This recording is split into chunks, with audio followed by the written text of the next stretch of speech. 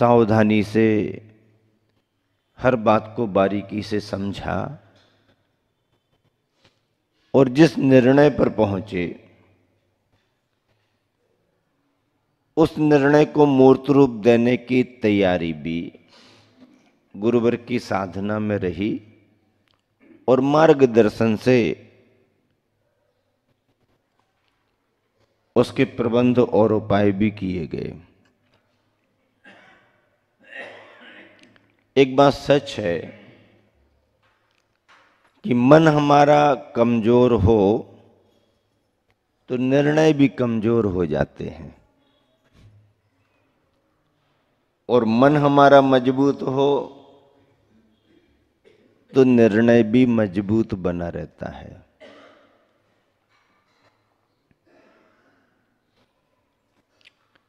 कमजोर मन वाले को प्रतिकूल परिस्थितियां बहुत जल्दी प्रभावित कर देती हैं और परिस्थितियों के प्रभाव में आने पर मन को बदल दिया जाता है, विचारों को बदल दिया जाता है।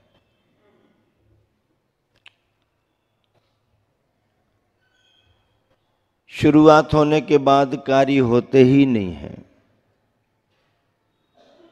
पर आचार्य श्री हमेशा से यही कहा करते हैं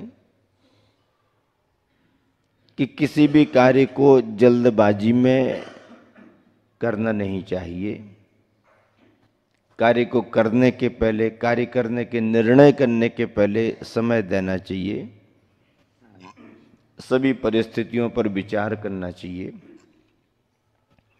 और एक बार यदि तय कर लिया तो फिर पूरी भावना, पूरी ताकत, पूरी साधना उसे सफल करने में लगा देनी चाहिए। ऐसा वही कर सकता है जो अपने एक लक्ष्य बना करके चलता है। लक्ष्य नहीं हो तो हमारे निर्णय भी दृढ़ नहीं रहते हैं, विचारों में स्थिरता नहीं आ पाती है। कुंडलपुर के उस वातावरण में बड़े बाबा की प्रतिमा को विराजमान करना आसान बात नहीं थी। बहुत बड़ा जोखिम भरा कदम था, रिस्क बड़ी थी। प्रतिमा की प्राचीनता तो थी ही, लोगों की आस्थाएं श्रद्धाएं भी बहुत जुड़ी थी। अच्छा होने पर तो दुनिया अच्छा कहती ही है, जरा सा 19 हो जाए तो दुनिया बुरा कहने से भी चूकती नहीं है। और फिर ऐसे समय में जब सामान्य जन का मानस तैयार ना हो रहा हो, जहां है जैसा है रहने तो दो, इतना बड़ा कहीं कुछ गड़बड़ ना हो जाए, ग्रस्ती ही होते हैं। उन्होंने कभी ऐसे काम किए नहीं, उनको अपने मन पर, अपने उस पर विश्वास भी नहीं रहता कि हम सफल होंगे कि नहीं।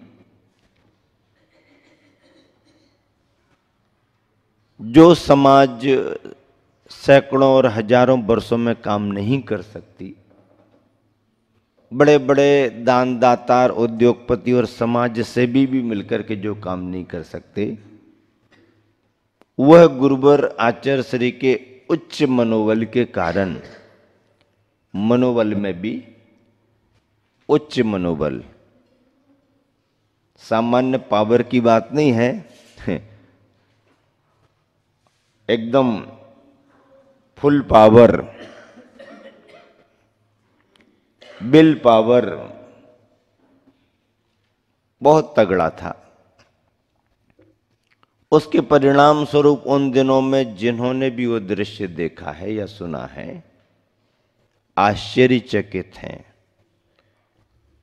और दुनिया के आश्चर्यों की चर्चा कागजों पर लिखी होगी,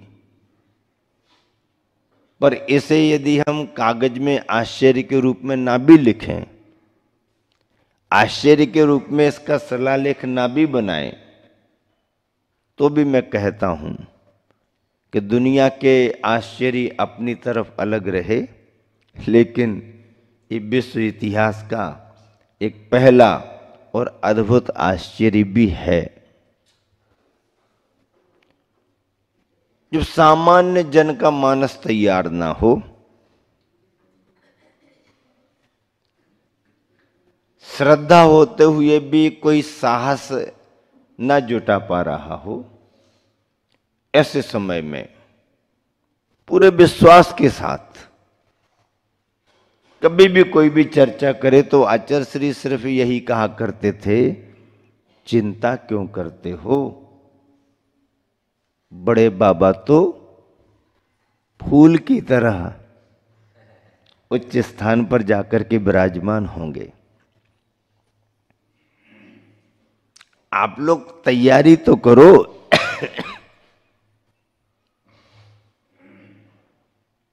पड़गाहन करना पड़ता है,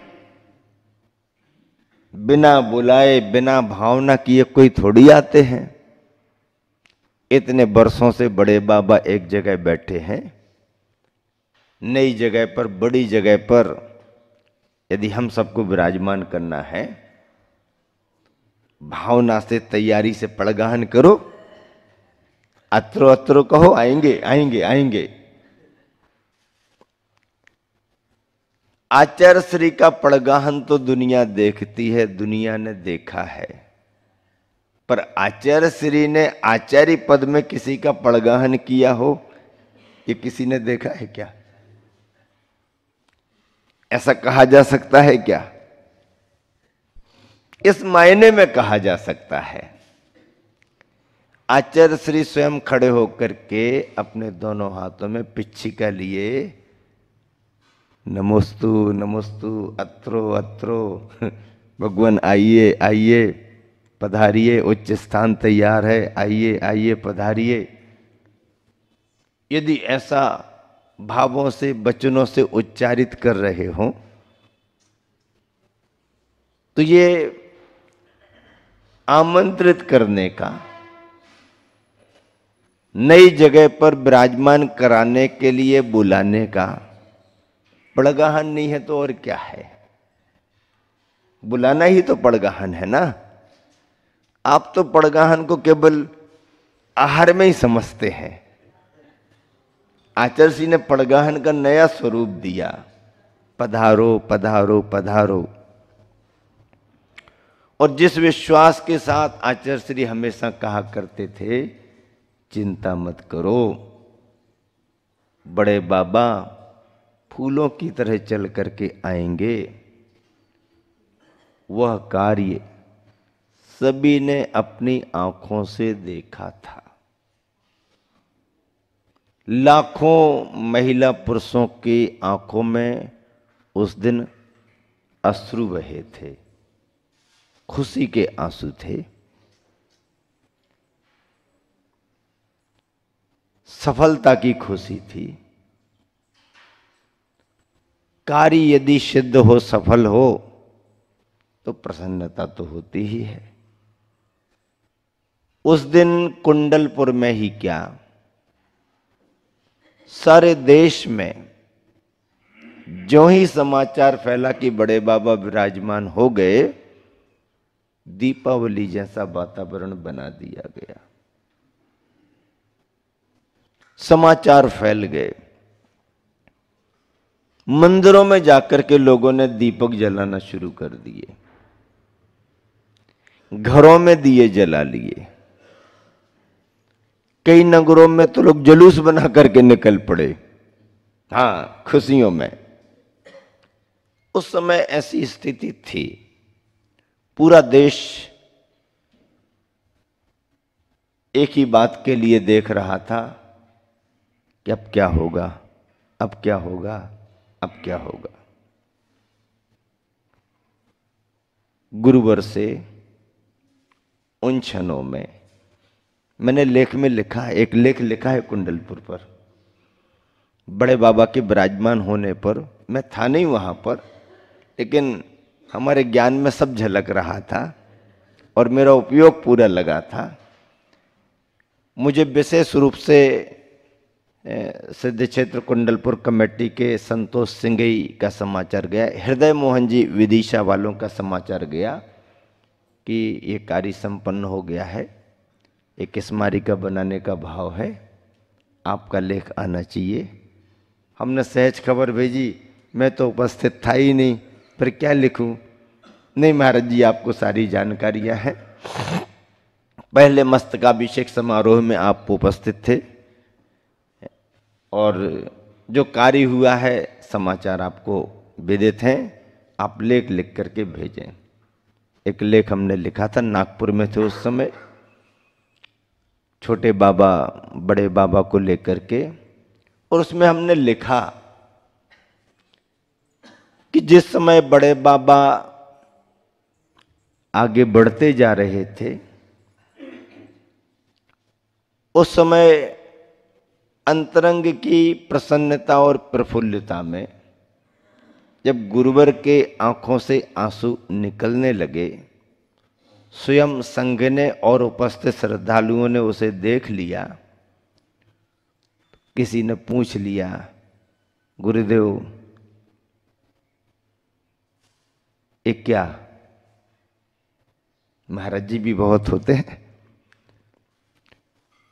तो आचार्य श्री कहते हैं बस यूं ही खुशी के आंसू हैं खुशी के आंसू हैं। आचार्य श्री कैसा लग रहा था? अरे क्या पूछते हो तुम? आचार्य श्री उस समय तो आप भी बहुत सीरियस जैसे दिख रहे थे, चेहरे पर आपका भाव वैसा दिख रहा था। हाँ, उस समय ऐसा था।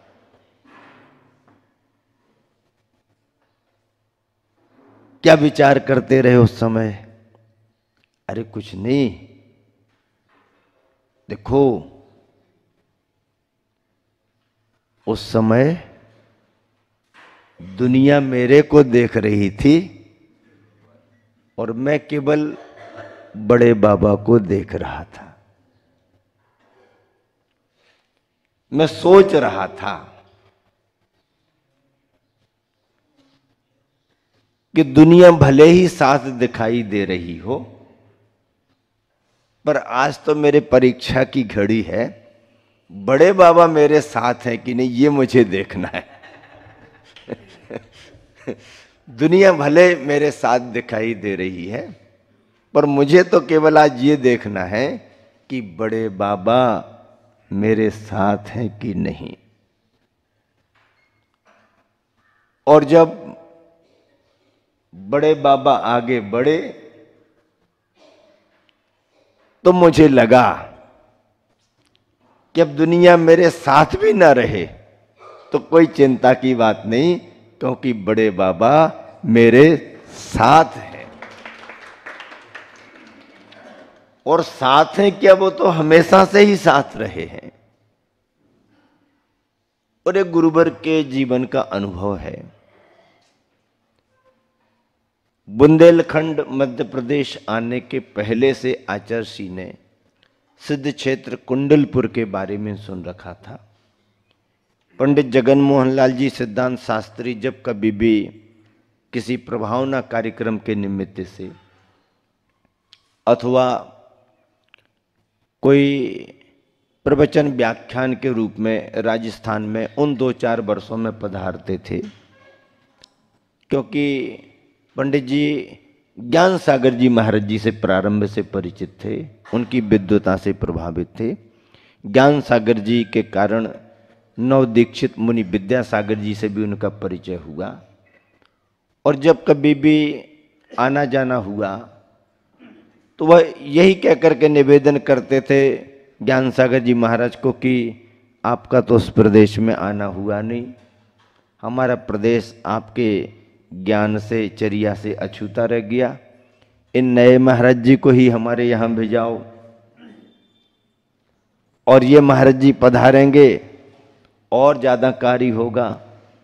ज्ञान सागर जी ने भी संकेतों में गुरुवर आचार्य जी को अपने उन समयों में कह रखा था कि आपको चर्या साधना की दृष्टि से, ज्ञान की दृष्टि से बुंदेलखंड इलाका अनुकूल रहेगा।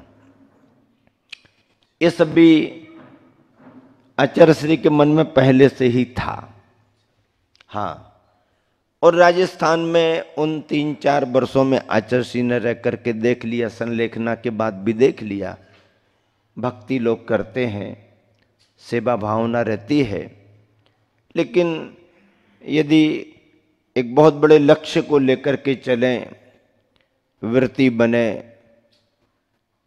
दीक्षाएं हो, या नई उम्र में कोई आगे बढ़े, तो ये संभावनाएं वहां पर कम दिखी।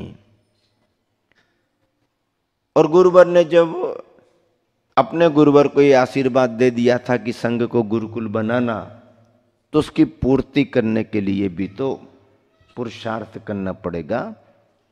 राजस्थान बहुल इलाके में ये संभावना गुरुवर को नहीं दिखी। 2-4 बरस अपना सब अध्ययन करके और वृद्ध लोगों के बीच में अपनी भावना प्रभावना रखते हुए नई पीढ़ी को आशीर्वाद दे करके आचार्य श्री राजस्थान से उत्तर भारत और मध्य प्रदेश की ओर विहार किए। मध्य प्रदेश में आते साथ ही जो वातावरण उनको मिला, विद्वानों का सानिध्य जो मिला, क्षेत्रों पर चर्या करने की जो निराकुलता मिलती गई, और क्रमशः वृत्ति जनों का सानिध्य और वृत्ति बढ़ते गए, तो संघ गुरुकुल ही बन गया। उन दिनों में कुंडलपुर में आचार्य श्री का जो प्रवास बड़े बाबा को विराजमान करने के लिए हुआ था, उस प्रवास में सभी का योगदान था। संघ भी लगा था, त्यागी व्रती भी लगे थे, जाप्य अनुष्ठान बहुत चलते रहे, साधना बहुत चलती रही, भावना प्रभावना बहुत चलती रही। एक अद्भुत कार्य जिसे हम विश्व का एक बहुत बड़ा आश्चर्य कहें तो भी कम है, ऐसा हुआ, घटित हुआ, साधना के बल पर घटित हुआ। कुंडलपुर का जो भाव आचार्य श्री का बना, और प्रथम बार गुरुवर ने आकर के जो बड़े बाबा की वंदना की थी, क्षेत्र की प्रशस्तता देखी,